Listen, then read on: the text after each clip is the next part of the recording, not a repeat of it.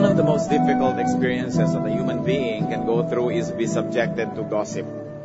Pinakamahirap yung kuminsan, ikaw ay pinag-uusapan, ikaw ay chinichismis. Naging victim na po ba kayo ng chismis, gossip? Have we ever been participants in this activity? The Bible warns us about the power of the tongue, especially when it is used for evil purpose. James 3:16, the tongue also is a fire, a world of evil among the parts of the body. It corrupts the whole person, sets the whole course of his life on fire, and is itself set on fire by hell.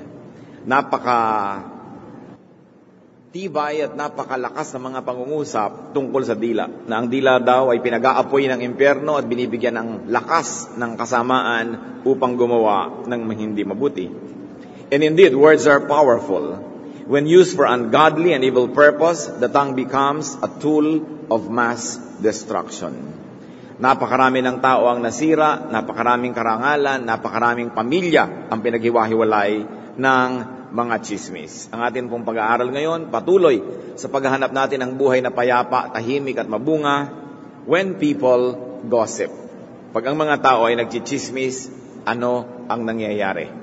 Ama namin sa langit, salamat kayo po'y nakatunghay sa dakong ito. Nawa kalugod-lugod sa iyo ang aming mga awit, sayaw, ang dadalhin namin sa iyong mga handog, pati ang puso namin na ngayon ay inilalapit upang pagpalain nyo. Patawarin nyo kami, Panginoon, sa mga kasalanan namin. Wala ni isa sa amin na maaari magmalaki na kami malinis. Pakalinisin nyo po kami na inyong pagpapatawad at gawin nyo kaming karapat dapat tumanggap na inyong pagpapala. Mangusap kayong may kapangyarihan at nawa, Panginoon, palayain nyo kami, papaglinawin nyo ang aming isip, bigyan nyo kami ng kaliwanagan at nang sa ganon makita namin ang mga kasamaang inudulot ng mga pananalita na hindi iniuukol sa iyo. Turuan mo kami, kayong maging tagapagsalita. Dalangin namin, Ama, sa pangalan ng iyong anak na si Jesus. Bakit nga ba ang mga tao ay mahilig magchismis? Kahit kumisan, kala mo machong-macho at walang kahilig-hilig, pero pag nag-umpisa na, talagang nakikinig din naman. Why do people gossip? Because corrupt hearts find gossip delicious. Ang puso na liko, ang puso na malayo sa Diyos, ang pusong pinananahanan ng kasalanan, ay nasasarapan sa chismis. Proverbs 18, verse 8, the words of a gossip are like choice morsels. They go down to a man's inmost parts. Kung paano tayo nasasarapan sa leche plan, paano tayo nasasarapan sa paborito nating ulam, sa paborito nating pagkain, ganun daw ang pagkakasarap ng chismis sa mga tao na mahilig dito. Kaya naman, nauubos ang panahon, talagang nilalaan ng maraming lakas, nagbabiyahe, nagte-text, nag-i-email para lang sumali sa ganitong mga gawain. At ito ay tinagalog, Kawikaan 18:8. Ang chismis ay masarap pakinggan, gustong-gusto ng lahat na pag-uusapan. Pagka ang puso ay malayo sa Diyos, malapit sa chismis. Kaya atin agad itong isipin, kung mahilig ako dito, ibig sabihin may problema ang aking espiritu. Proverbs 10:23, a fool finds pleasure in evil conduct. Ang tao daw na hangal, ikinagagalak ang mga maling gawi at mga gawa. Gossip feeds a person's evil side. Ang bawat tao ay may mabuting bahagi ng kanyang puso at may masamang bahagi nito. Kung ano ang ating pinakakain, ine-exercise, binibigyan ng panahon, yun ang lumalakas at nagwawagi. Kaya ang pagchichismis, ang pakikilahok dito, ay nagpapakain at nagpapalakas doon sa bahagi ng pagkatao natin na hindi makadiyos. Gossip damages its practitioner and participants before it could even damage its subject. Why? Bakit nauuna pa na masalanta, masira yung nagsasalita ng chismis kaysa pinagchichismisan? Because the participants of gossip inevitably pass judgment on the subject. And they inevitably react negatively to the subject. Bihirang-bihira mga kapatid na nagchichismis kayo, sumasali kayo, nakikinig kayo, na hindi kayo maapektuhan ng nadinig nyo. Kadalasan, hindi nyo pa nadinig yung paliwanag ng kabilang bahagi, ay nahusgahan na natin siya. Kung yung nagchichismis ay galit sa kanya, kung mababa ang pagtingin sa kanya, o pinapababa siya nung nagchichismis, nadadama yung nakikinig. At kahit sa hukuman, kahit ka pa nakapatay ng tao, kahit ka pa may ginawang masama, hindi ka pa kinikilalang guilty hanggang hindi ka nalilitis. Pero sa hukuman ng chismis, walang judgment, walang fairness, walang justice, puro judgmentalism lang. Dahil hindi nadidinig yung taong pinag-uusapan, pero napapatawa na siya ng hatol kung siya ba'y masama o hindi, siya ba ay guilty or not. And usually, of course, the verdict is guilty.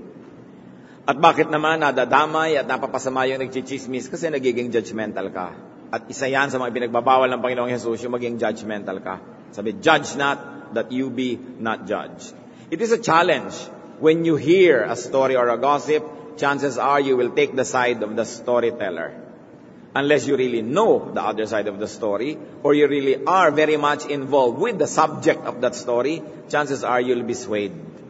Kaya isa yan ng teorya ng communication. Yung naunang nagsabi, kadalasan yun na yung nakakampihan. Kaya dapat pinag-iingatan. Why else do people gossip? Because gossip is a form of criticism. Gossip is a way of putting others down. Ang nagchichismis actually ay namimintas. Ang nagchichismis ay gumagawa ng magagawa niya para pababain ang kalagayan nung pinag-uusapan. Kaya naman hindi katakataka na mas lalo na paboritong pagchismisan ng mayayaman, ang mga makapangyarihan at mga sikat dahil maraming naiinggit sa kanila.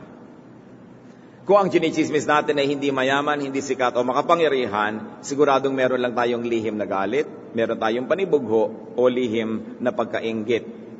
Sapagkat kung ang isang tao ay pinapahalagahan mo, minamahal mo, iginagalang mo, hindi mo siya chichismisin. Ma-o-offend ka pag chinichismis siya. Kaya sinusuri din ng tao ang kanyang sarili, bakit ko nga ba enjoy madinig na si ganun palang artistang kaya ganda-ganda, bulok pala ang kalooban niya. Bakit ba ako natutuwang marinig at ipamalita na yung ang yamang-yamang pamilya na yun, broken home pala at sila pala ay dysfunctional family. Kadalasan kasi ng pagchichismis ay pahayag ng pagkainggit. At dahil hindi ka makabawi, hindi ka makaganti, hindi ka makatabla sa kanila, dinadaan mo na lang sa salita, para kahit man lang sa salita mapababa sila at inaasahan mong sa pagpapababa mo sa kanila ay mapapataas naman ang iyong sarili.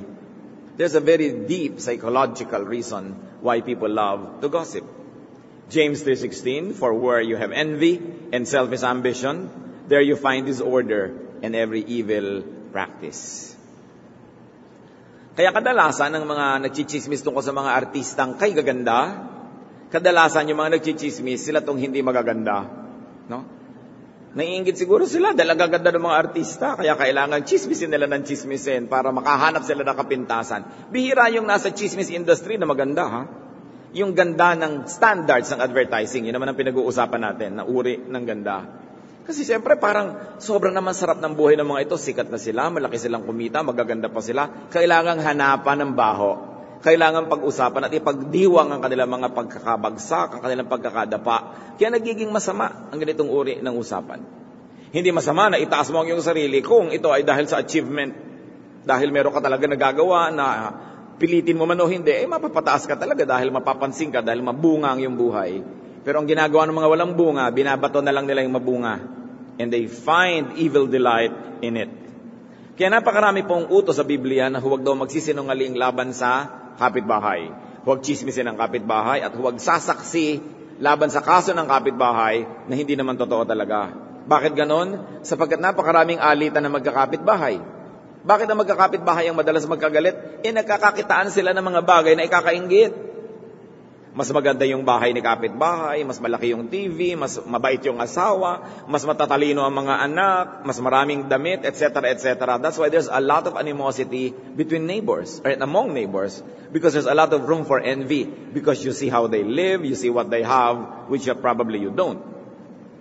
Psalm 24:28, do not testify against your neighbor without cause, or use your lips to deceive.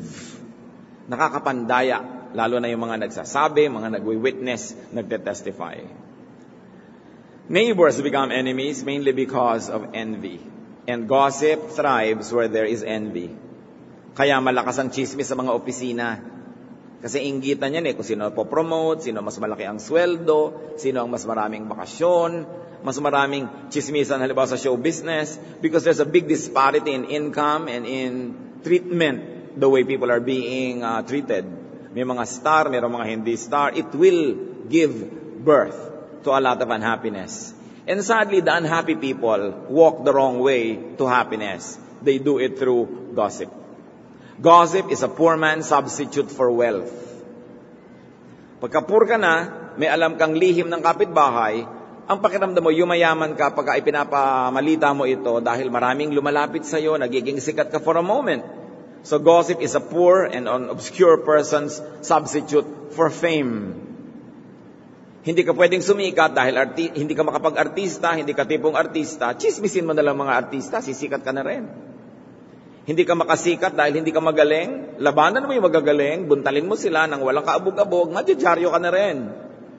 Makipag-away ka sa mga sikat at matatapunan ka rin ng kahit konting kasikatan. Gossip is a poor and a weak man's substitute for strength.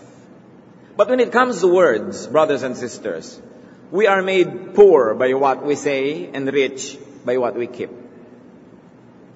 Pag may alam ka ng mga masaselang bagay tungkol sa iyong kapwa, sa iyong karukhaan at kahirapan na ipinamamalita mo yon. Kasi nawawalan ka na ng alam na exclusive. Alam na rin ang lahat, so poor ka na. Pero kung meron kang alam ng mga masaselang bagay, lalo't mahalaga para ma-maintain ng isang tao ang kanyang dangal, ang kanyang productiveness, ang kanyang fruitfulness, at hindi mo ipinamamalita yon, you are made rich by keeping it. Kaya mga taong daldal ng daldal tungkol sa mga lihim ng iba, actually, hindi nila alam yung sarili nila ang kanilang ibinababa at ginagawang hamak. Proverbs 15:21, folly delights a man who lacks judgment. Pagka kulang ka sa katinuan, kulang ka sa katalinuhan, ikinatutuwa mo ang mga bagay na mali. Actually, gossip is a needy man's way to cry for help. Ang nagchichismis ay actually nagpapahalata na meron siyang pangangailangan. Sapagkat ang isang taong masaya sa kanyang sariling buhay ay hindi mag-aaksaya ng panahon na pag-ukulan ng pansin ang buhay ng may buhay. Whenever people gossip, they are saying, I am lacking, I am poor, I am needy. My life is not interesting, I have to think about other people's lives. I feel so low about myself that I just have to cut everybody around me so that I'll have an artificial sense of height. At yan po ang nararamdaman ng maraming tao. So dapat talaga tinutulungan yung mga nagkikipag-chismis, yung nagchichismis, iba talaga ang problema niyan, mas malalim. Dapat sila ay umiinom ng gamot, pero ang iniinom nila ay lason. Sapagkat habang nagchichismis sila, napapaaway sila, bumababa ang kanilang reputasyon, nagkakaroon sila ng mga kagalit, lalong lumalaki ang problema nila. Gossip mongers are people who have grave needs, but they mistakenly resort to poison instead of to good medicine. Pag ang tao ay nagchichismis, sinisira niya una ang kanyang sarili. At sino man ang nakikipagchismisan sa kanya, tinutulungan natin yung tao na yon na sirain ang sarili. To join them is to help them ruin themselves. Psalm 20 verse 7, some trust in chariots and some in horses, but we trust in the name of the Lord our God. Ang context ito sa gyera. Ang pinagtitiwalaan daw ng iba, mga sasakyan, mga kabayo, mga kagamitan. Pero ang pagtitiwalaan daw ng mga anak ng Diyos, ang Diyos mismo. So, yung mga hindi adequate ang buhay, ang pagtitiwalaan nila to hit below the belt, to hit negatively and wrongly, to gossip, to criticize, to complain, to rebel. Samantalang yung mga godly people will resort to the name of the Lord, to the way of peace, to the way of fruitfulness and productiveness. This is how the people of God must face their inadequacies. By being fruitful, by being true to self, and by being kind to others. So while we say we abstain from food, some people think that religiosity is about abstaining from food. Some people think it's abstaining from adultery. But every one of us must remember that godliness is abstinence from gossip, from the misuse of the mouth. Speech is a gift from God. Words are gifts from God, and words are powerful. Nakita natin pag sinabi ng Diyos, let there be light, nagkakaroon ng light. Tayo nilikha sa wangis ng Diyos, may kapangyarihan din na ating salita. At ang kapangyarihan ito ay dapat na ipinasa sa ilalim sa Diyos. Hindi ipinapagamit kay Satanas ang ating bibig para sumira ng kapwa, sumira ng sarili nating mga buhay. When people gossip, evil is glorified. Basta may nagchichismisan, ang natataas ang kasamaan. We privilege evil by indulging in gossip. Pag ang mga tao ay nagchichismisan, nalilimutan ang pangalan ng Diyos at kahit hindi nila sadyain, ang pangalan ni Satanas ang tumatanghal at sumisikat. Bakit ungodly ang chismis? Because when people gossip, trust is betrayed. Halimbawa, ikaw ay person A, kilala mo si person B, may alam kang lihim niya, ibinunyag mo sa iba, you betray the trust. Hindi na magtitiwala sa iyo si person B, kahit kailan. At lahat ng pinagkwentuhan mo, hindi rin magtitiwala sa iyo dahil ganyan ka pala, madaldal ka pala. Trust is betrayed. Proverbs 11:13, a gossip betrays a confidence, but a trustworthy man keeps a secret. Trust is sacred. Bakit sacred ang trust? Bakit banal na bagay ang pagtitiwala sa kapwa at pakikipagkatiwalaan? Because without trust, there will be no meaningful human interaction. There would be no meaningful human relations. Kung wala tayong pagtitiwala sa isa't isa, hindi magkakaroon ng matibay at magandang pakikipagkapwa. Kung di ka nagtitiwala sa tindera na yung tinda niya talaga ay kung ano ang sinasabi ng label, hindi ka bibili. Kung hindi ka nagtitiwala sa ahente na itinitinda niya sa iyo ay tama, hindi ka rin bibili. Pag hindi ka nagtitiwala sa iyong kasintahan, hindi ka magpapakasal. Pag wala kang tiwala sa iyong anak, hindi mo bibigyan ng pangmatrikula dahil baka ipanglakwatsa lang. Pag wala kang tiwala sa iyong asawa, hindi mo siya bibitawan, itatali mo sa tabi mo dahil baka gumawa siya ng milagro habang wala ka. Pag wala kang tiwala sa kaibigan mo, hindi ka mapapalagay ang loob, lagi kang defensive at lagi kang tense. Hindi ka makapagsabi ng mga totoo tungkol sa iyong sarili dahil baka kanya pagtaksilan. Pag walang pagtitiwala, walang halaga ang pakikipagkapwa. Pero pag tayo ay sumisira ng tiwala, winawasak natin yung napakahalagang institution of trust that we all need to have a meaningful life. Na pag kami nagtiwala sa iyo, noong kayo'y magkaibigan pa, nung magkagalit na kayo ngayon, ibinulgar mo na lahat yung alam mo, walang kwentang gawa yun. Sapagkat nung yan ay ibinigay sa iyo, ipinagkatiwala sa iyo ang lihim, merong sacred trust between the two of you. Nung panahon na yon, you were good friends. You were probably sweethearts. You were good relatives. Ano man ang mangyari sa darating na mga panahon, magkasiraman kayo, magkagalit kayo, hindi mo dapat balikan yung dati ng magandang panahon ninyo at pagsisirain mo pa yon. Kung ayaw mo nang gumawa pa ng magandang samahan sa future, pwede. Pero hindi mo na dapat balikan pa yung magandang nakaraan para wasakin lang. At least you have a nice past to look backward to. You have a good memory of it and it can help you go through very difficult days. But many people are foolish. They fall out of friendship. They go back to the time when they were friends and destroy all the remnants and the good memories of that friendship by divulging secrets.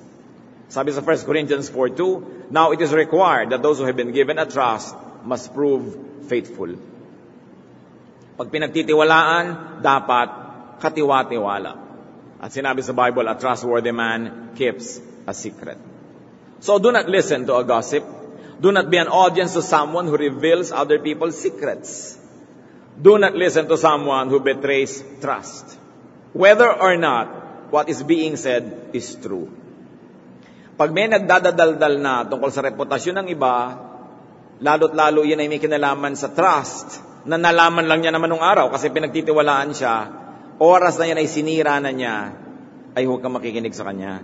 Maski pa nga totoo ang sinasabi. Kasi totoo lang yung sinasabi, pero masama ang intensyon at masama ang pagkatao. Such is not a good man, and you become a partner in crime simply by listening. Totoo o hindi ang ipinapamalita tungkol sa kapwa, ang dapat natin tinitingnan, malicious ba? Self-serving ba ang motive? Bakit nagsasalita? Kung nung araw, pinagdadadaya ka ni Kumpare 1, tahimik na tahimik si Kumpare 2, at matapos ang ilang taon, sinasabi sa ni Kumpare 2, alam mo si Kumpare 1, dinadaya ka niya ilang taon na. Kahit totoo yun, itatanong mo rin sa sarili mo, bakit sinasabi mo sa akin? Nung araw, hindi mo sinasabi, tapos ngayon sinasabi mo.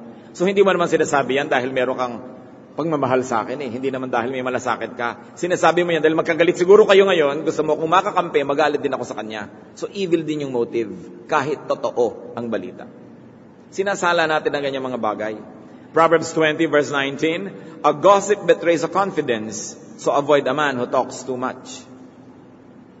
Sino daw ang iiwasan? Ang isang taong masyadong maraming sinasabi. Ngayon, hindi lang yung dami ng salita.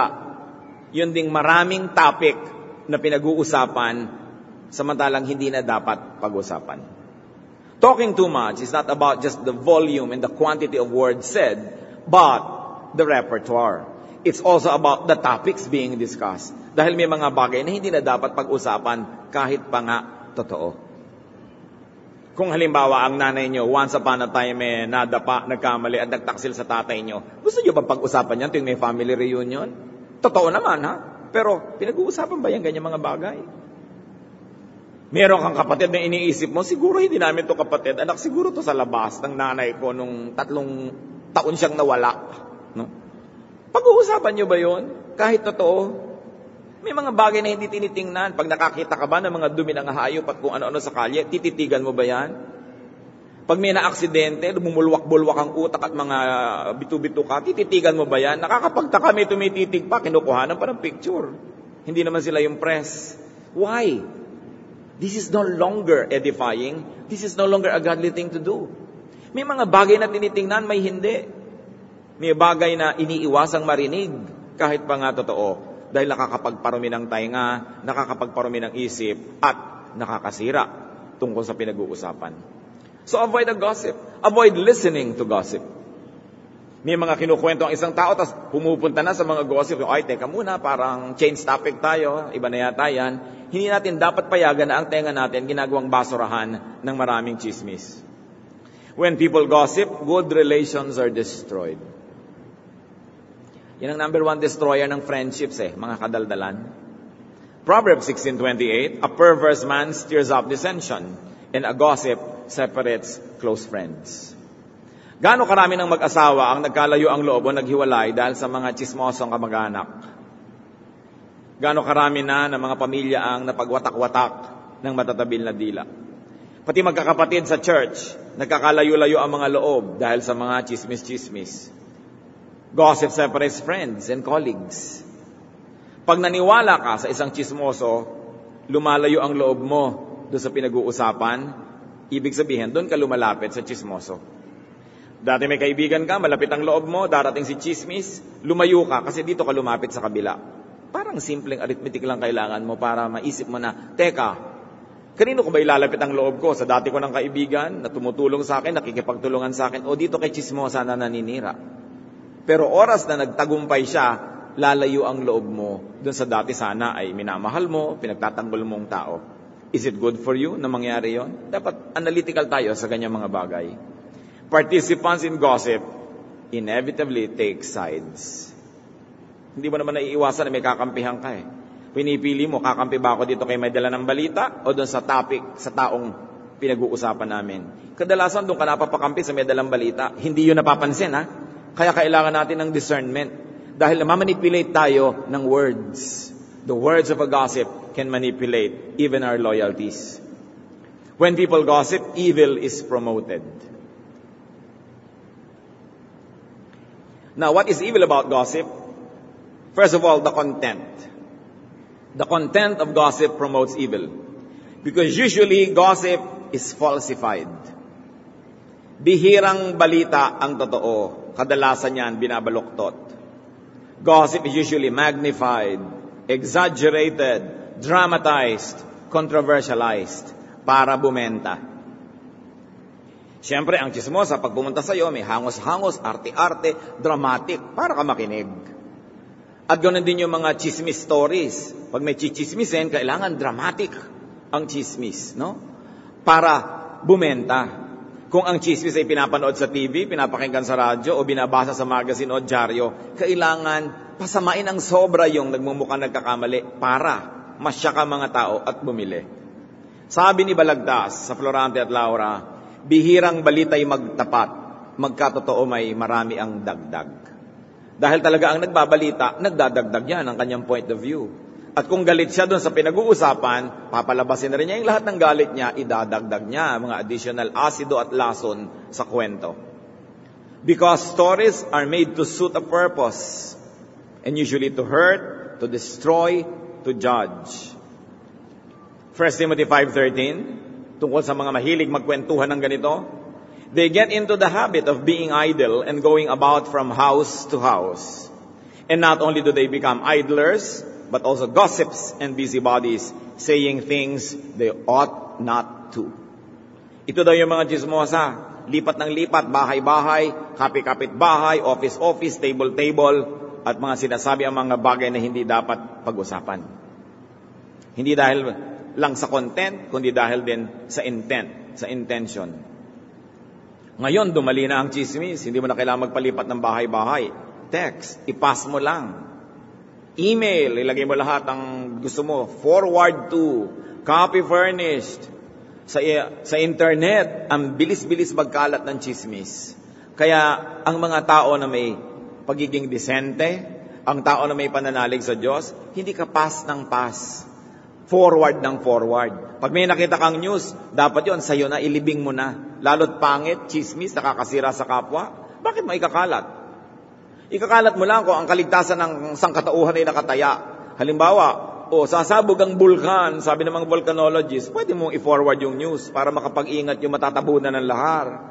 Pero yung ay buntis ang anak ni Kumare, ba't kailangan mong ipadala yan? Gagastos ka pa sa text mo para lang maraming makaalam na buntis pala ito. Pero syempre, dahil yan ang kalaban ng anak mo sa pagiging honor nung araw, tuwang-tuwa ka na naging dalagang ina siya dahil after all, mas magaling pa rin yung anak mo. May paghihiganti kasi ang chismis May pagkainggit, may paninira. Kasi kung kontento ka talaga, masaya ka, pag may nagkakamali, pagka mayroong nadadapa, ang nararamdaman mo, compassion, habag. Hindi yung, kailangan ipamalita ko na to sa lahat. Kasi ikagagalak mo na madapa siya dahil magmumukha kang mas mainam at mas mabuti kaysa sa kanya. Kahit pa nga totoo yung balita, sabi, they talk about things they ought not to talk about. Paano pa kung hindi yung totoo o kaya kaparasong totoo, maraming dagdag. If the content of gossip can be evil, the intent of gossip can even be worse. It promotes evil. Ano bang intensyon? Gusto mong sabihin, bakit mo ako dinadalhan ng ganyang balita? Bakit mo ikinukwento sa akin yan? Anong gusto mong mangyari? Galit ka siguro doon sa tao na yon, magalit din ako. Inggit ka siguro doon, so gusto mong siraan sa akin. O kaya gusto mong makuha yung kanyang pribilehiyo, matanggalan siya ng pribilehiyo, sa'yo lumipat, kaya mo siya sinisiraan. Mga kapatid, yung may nagdadala sa atin ng balita, huwag niyo susuriin lang yung laman, totoo ba o hindi. Susuriin niyo rin, bakit sinasabi. Lalong-lalo na kung ang tagal-tagal na, nung araw dinaya ka niya, nung araw ganitong ginawa niya, tapos ngayon lang sasabihin sa'yo, lumipat ang 6 na buwan, 1 taon, 2 taon, kasi nung araw siguro kasama siya. Ngayon, hindi na siya kasama, kaya gusto na niyang ipahamak ito. Don't be manipulated by such evil intentions. Proverbs 16 verse 2, all a man's ways seem innocent to him, but motives are weighed by the Lord. Sinusukat, tinitimbang ng Diyos yung motibo ng tao kung bakit niya ginagawa ang isang bagay. Bihira naman kasi sa nagchichismis, yung sasabihin, ang sama ko, nagchichismis ako. Usually, manhid siya doon. Akala niya okay siya. Pero ang sabi nitong verse, yun lang ang akala mo, innocent ka. Pero tinitimbang ka ng Diyos. Ang agenda ng mahilig magchismis, manakit, manira, sumira. Wasakin ang katotohanan. At siyempre, ano ba yung pain sa isda? Para mo mapakagat yan, kailangan meron kang bulate, meron ka ipapakain sa kanyang konti. Kaya ganun din, magpain ng mga chismoso. May konti ring totoo na ilalabas. At yun ang kaakit-akit sa'yo, pero ang lahat na pala ay bitag na lang at dagdag. 1 Chronicles 28:9, for the Lord searches every heart and understands every motive behind the thoughts. An assault on the truth is an assault on God because God is truth. So nagiging paglaban mismo diretso sa Diyos, yung pagchichismis, kasi yan ay nagpapairal ng kasinungalingan o ng half-lie and half-truth. Remember, a half-truth is also a half-lie. Kaya hindi pa rin yan tinatanggap kahit half-truth siya. When people gossip, the ears of the hearers and the mouths of the talebearers both get polluted.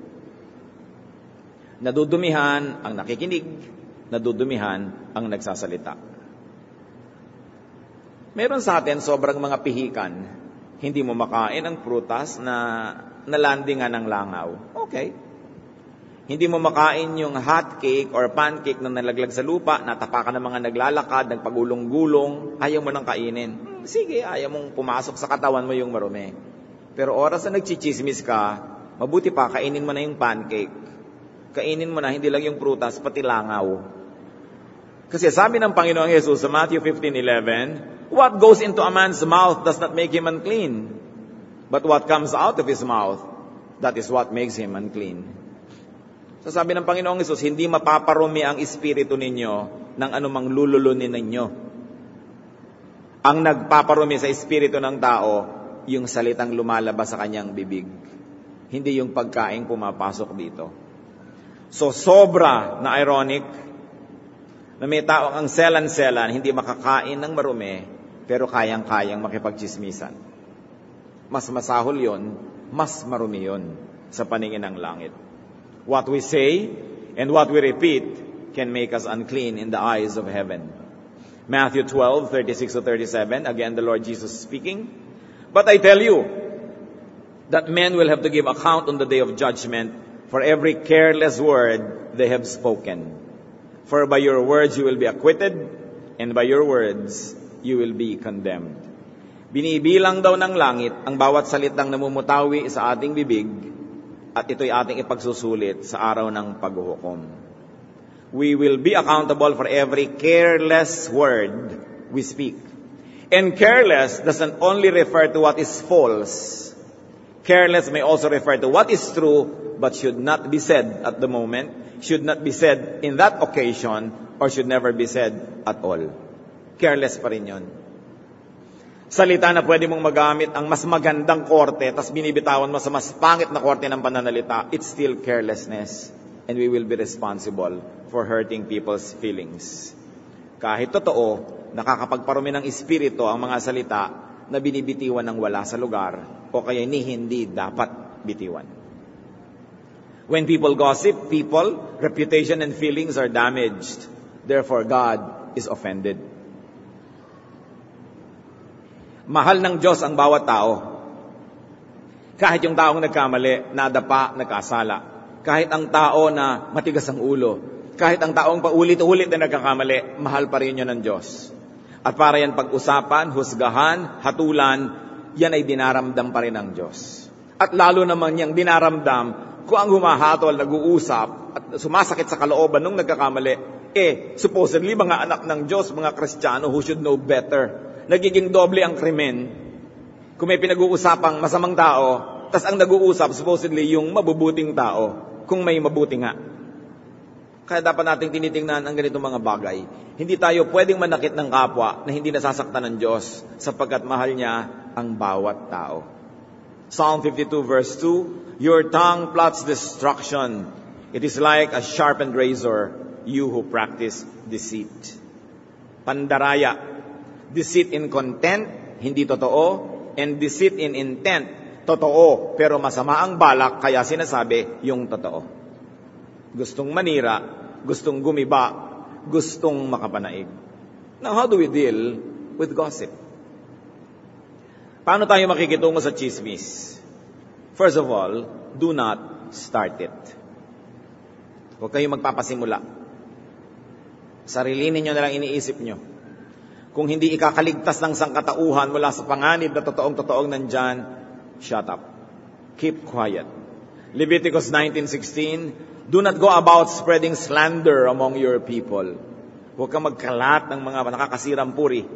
Colossians 3:8, but now you must rid yourselves of all such things as this, malice, slander, and filthy language from your lips. Tigilan daw ang pagsasalita ng mga maruruming mga salita. Now, filthy language doesn't only deal with dirty four-letter words. Dirty language can be said in the most polite terms, but actually topics that are destructive to others. Pag sinabi nating maruming salita, hindi lang mga mura, hindi lang yung mga walang kwenta mga pananalita. Pwede kang gumamit ng matatayog, magaganda, mabubulaklak at mababangong mga salita. Pero pag ang topic mo pa rin, ang ikasisira ng kapwa, marumi pa rin yun. Pinag-iingatan. Psalm 34:12-13 teaches us the secret of a peaceful life. Whoever of you loves life and desires to see many good days, keep your tongue from evil and your lips from speaking lies. Gusto nyo ng magandang hinaharap, gusto nyo ng payapa, tahimik na buhay, sabi, iwasan na sumali sa mga hindi dapat salihang mga usapan. Itikom ang bibig. How else do you deal with gossip? First, you don't start it, and you do not listen to it. Huwag makinig. May karapatan kayo magsabi sa chismosa, teka, okay lang yung usapan natin kanina, recipe ng inihaw na talong, pero ayaw ko ng pag-usapan pa yung kapitbahay natin. So, change topic. Dapat marunong tayong tumanggi na ganon. Psalm 120 verse 2, Save me, O Lord, from lying lips and from deceitful tongues. And let me repeat, deceit is not only in the truthfulness of the message, but also in the evilness of its intention. Say no, refuse, avoid. Kung ayaw mong nilalagyan ng kapatid mo ng mga kalat niya yung kama mo, yung cabinet mo, nilalagyan ng mga gulo-gulo niya, ayaw mo na yung bakuran mo, tinatapunan ng basura ng kapitbahay, huwag mong payagan na ang tenga mo, gawing basurahan ng mga salita ng chismosa o chismoso. Kasi dudumi ka sa mga papakinggan mong salita. What do you do with gossip? Kill it. This is one murder that is godly. Kill gossip. Proverbs 26:20, without wood, a fire goes out. Without gossip, a quarrel dies down. Pag may nag-away, huwag nyo na silang pag-usapan para tumahimik na. Hindi yung kumare, alam mo, sabi ni Lucy, mukha ka daw demonyo. Sabi naman ng kumare niya, sabihin mo sa kanya, mukha siyang aswang. Lucy, mukha ka daw aswang. Sabihin mo sa kanya, mukha siyang humaba na ng humaba dahil dito sa dalahira na tagadala ng balita. Una, huwag kayong magdadala ng balitang ganyan at kung may nagdadala sa inyo, panain ninyo. Lumayas ka sa aking harapan, tagadala ng balita. Kasi apoy man at hindi mo lalagyan ng bagong kahoy, bagong uling, titigil na yan. Yung sunog na wala nang masunog, titigil na eh. Lalagyan mo pa uli ng gasolina, lalagyan mo na naman ng kuso at maglalagablab. At yan ang ginagawa ng mga sulsol. Alam mo, sabi niya, pangit ka daw eh. Payag ka? Yung, hindi ka dapat pumayag, di ba? Yung gagalit-galitin mo. Ang daming ganyang tao, regalo ng impyerno sa daigdig.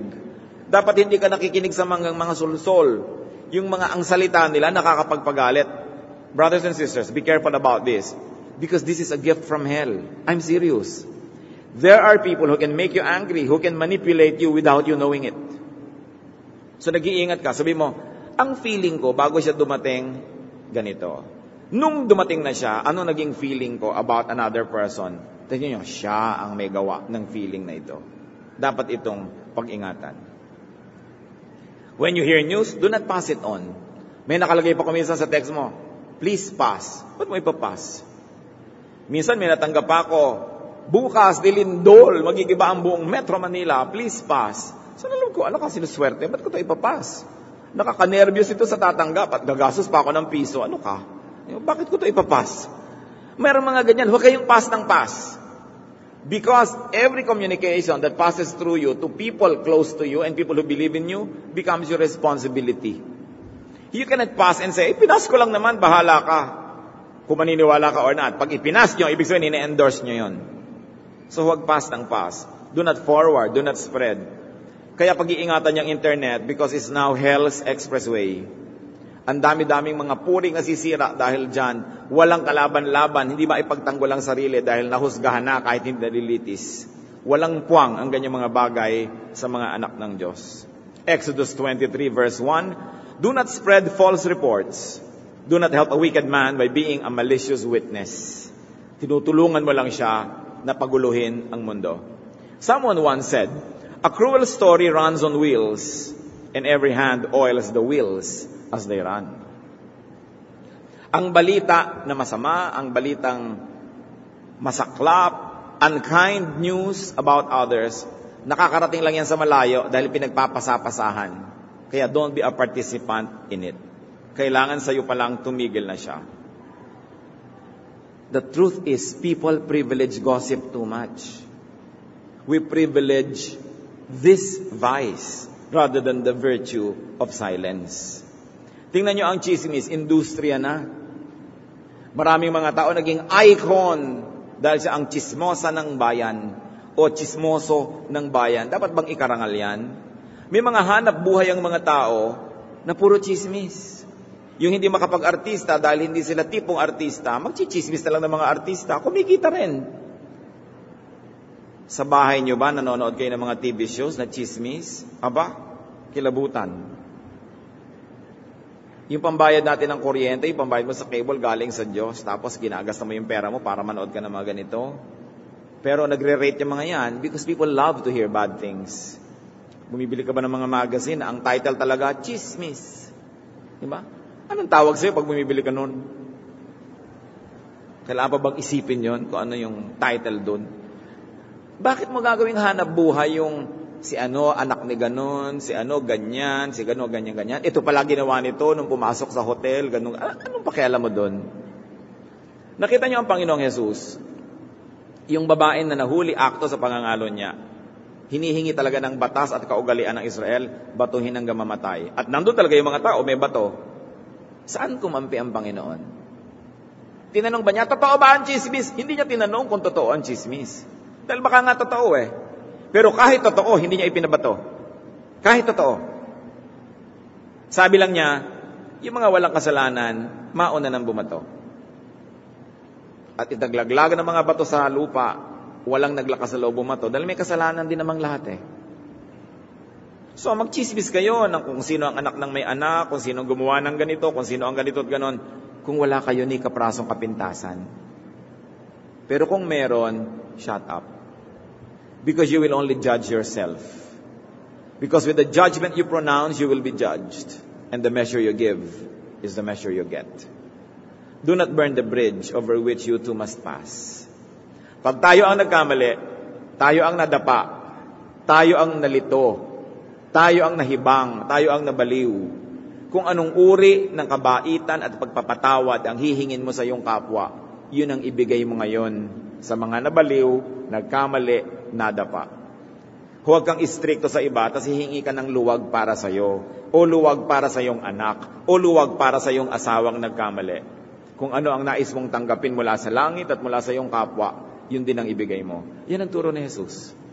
Hindi niya kinonsinte yung buhay ng babae na yon. Sabi niya, go home and sin no more.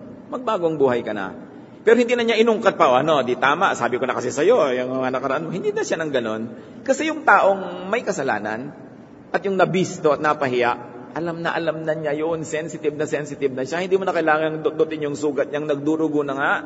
Ang kailangan, tulungan mo siyang gumaling, at yun ang gawa ng mga anak ng Diyos. Hindi mo na itatanong, totoo ba o hindi. Ang point na lang, ayusin natin ito, huwag natin siyang husgahan, huwag natin siyang batuhin, dahil pag ginawa natin yon, para na rin nating binato ang ating sarili. Dahil lahat naman tayo ay may buntot na hila-hila. Wala namang taong walang sungay. Kuminsan lang ay maliit o malaki o naitatago-tago. Diba? Wala namang pamilya na walang baho. Walang pamilyang perfecto. Lahat ng tao may kapintasan. Kaya nga ang iniaalok ng Diyos, kapatawaran eh. Kasi dapat lahat nangangailangan ng patawad. So ba't mo ipagkakait sa kapwa mo yung patawad na ikaw mismo at yung mga mahal mo sa buhay nangangailangan? Ang nanay mo halimbawa, nagkamali, gusto mo ba pag-usapan ng barangay? Kung ayaw mo yon, huwag kang sumali sa usapan tungkol sa nanay ng may nanay. Yung anak mo, nagkamali, nag-drugs, tapos ngayon nire-rehab. Gusto mo bang alam yan ng buong baryo?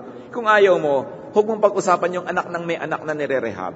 Manahimik ka, shut up, manalangin ka kung gusto mong tumulong. Ito dapat ang mga anak ng Diyos. Kung minsan nalilito tayo tungkol sa identity natin, nakikiuso tayo sa sanlibutan, hindi mo na malaman kung tayo nga ba ay mga makadiyos o hindi. Kasi sumasali din tayo sa ganitong mga kahibangan. One mark of a true Christian is not his strictness, not his judgmentalism, not his legalism, but his capacity to forgive and to help those who fall. Yan ang halimbawa na iniwan ni Jesus na dapat nating laging tingnan bilang modelo. How do you deal with chismis? Do not promote it. Do not add to it by garnishing it. At kung kailangan talaga na sabihin mo sa kapwa mo dahil warning mo yun sa kanya para hindi siya mapahamak, huwag mong dagdagan. Stick to the basic facts. And do not add to it by commenting on it. Pag nagbigay ka ng balita lang, huwag editorial. Huwag mo nang idagdag ang iyong opinion. Ngayon, may mga chismis. Kuminsan, pakalat-kalat dyan. What do we do? Do not dignify a gossip by entertaining it. And do not dignify a gossip by reacting to it. Do not dignify a gossip by giving a forum to its promoter. Kadalasan naman, yung mga nagbabalita at nagchichismis, gusto lang nilang sumikat. Gusto lang nilang madinig. Gusto lang nila 3 seconds of fame. Pag nagchismis sila at pinagbigyan mo, pag nagtanong sila at sinagot mo, pag may sinabi sila at nag-comment ka, you're actually giving them another chance to speak again. Binibigyan mo lang sila ng entablado. Binibigyan mo lang sila ng mic. How will you kill chismis that way? So deprive the gossip monger of any forum, of any pulpit, deprive him of any limelight or stage para matahimik na siya. Pero pag pinatulan mo, iniimbita mong magsalita siya uli. So pag may nagsabi, totoo ba na ikaw si Darna? Sabi mo, no comment. Tapos ang kwento. Kung sabi mo, totoo ba na ang anak mo ganon-ganon? No comment. Pero sabi mo, ano? Sino may sabi niya? Mamaya, mayroong mako-quote na naman sa'yo. Kakalat uli. Most of the time, silence is the best answer. When it comes to gossip, most of the time, silence is the best speech. Alam yan ng Panginoon. Sapagkat kung may tao na naging sobrang subject ng chismis, si Jesus yun. Kung ano-anong chismis ang kumalat tungkol sa kanya, kaya nung nililitis siya, yun ang mga basihan ng paglilitis. Mark 14:60-61. Then the high priest stood up before them and asked Jesus,